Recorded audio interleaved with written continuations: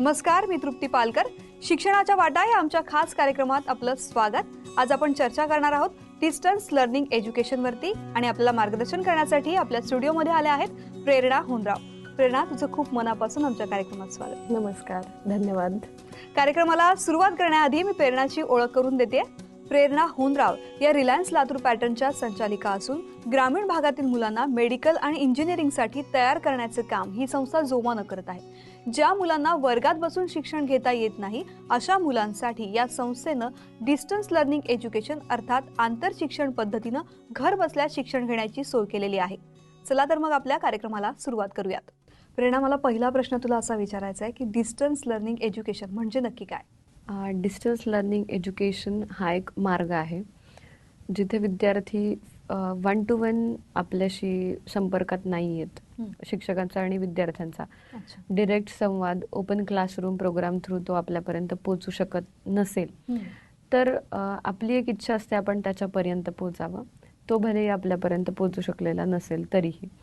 तर distance learning programme distance learning ही facility विद्यार्थ्यांना प्रोव्हाइड करून देतं की जिथे ते राहत आहेत त्यांना जेव्हा वेळ मिळतोय त्या वेळेमध्ये ते या संधीचा उपयोग करून घेऊ शकतात. आमच्यासाठी हा अनुभव 1 वर्षापूर्वी नवा होता. डिस्टन्स लर्निंग आपण आजपर्यंत ओपन क्लासरूम प्रोग्राम करत आलोय एज्यू रिलायन्स लातूर पॅटर्न अंतर्गत आणि आता डिस्टन्स लर्निंग प्रोग्राम विद्यार्थ्यांसाठी द्यायचा आहे. मनात बरेच प्रश्न होते. आमच्या संस्थेचे संस्थापक अध्यक्ष आदरणीय होनराव सर यांनी माझी निवड केली डिस्टन्स लर्निंग प्रोग्रामसाठी. त्यावेळी प्रश्न होते कशा पद्धतीने आपण विद्यार्थ्यांसमोर हा प्रोग्राम ठेवावा जो त्यांना जास्त रंजक वाटेल, साधा वाटेल, सोपा वाटेल आणि स्पर्धा परीक्षांची भीती पण दूर होईल. मग डिस्टन्स लर्निंग कन्सेप्ट नवी आहे 11वी-12वी साठी आणि महाराष्ट्रात पहिल्यांदाच राबवतोय.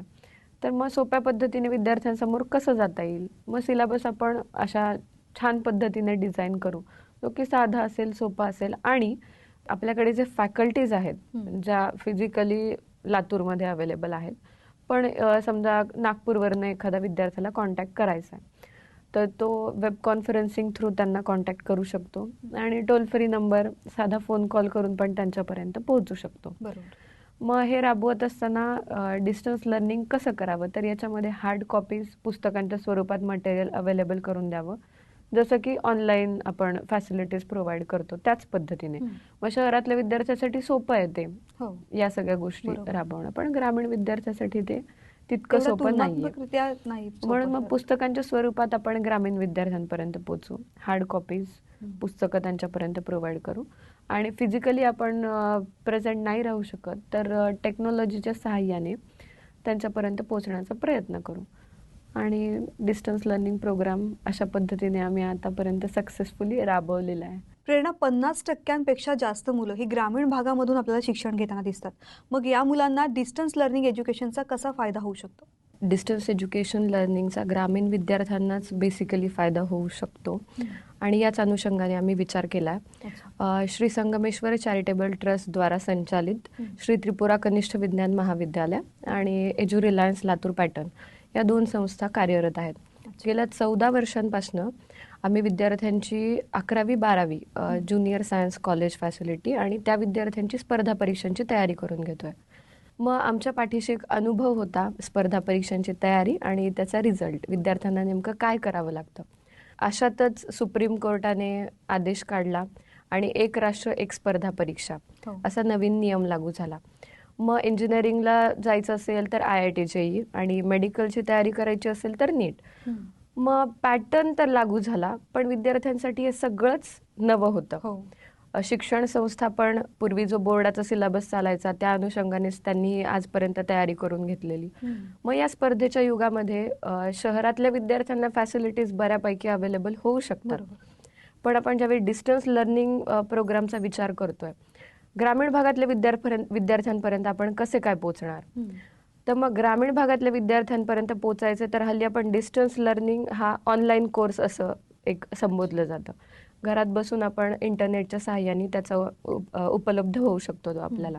मग ग्रामीण विद्यार्थ्यांपर्यंत आम्ही पोचण्यासाठी हल्ली डेस्कटॉप्स, कम्प्युटर्स, लॅपटॉप्स आपण ग्रामीण भागामध्ये पोचलेले नाही आहेत. हो. पण डिस्टन्स लर्निंग प्रोव्हाइड करायचं आहे आणि आपला अनुभव त्यांच्यासोबत शेअर करायचा आहे.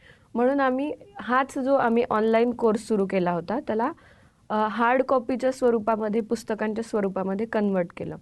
आणि मग अशा पद्धतीने आम्ही विद्यार्थ्यांपर्यंत पोचलो. तर साध्या आणि सोप्या पद्धतीने हा अभ्यासक्रम विद्यार्थ्यांपर्यंत उपलब्ध होऊ शकतो. नक्कीच. पण मग कोणत्या वयोगटातील मुलांसाठी हे डिस्टन्स लर्निंग एज्युकेशन फायद्याचं ठरेल?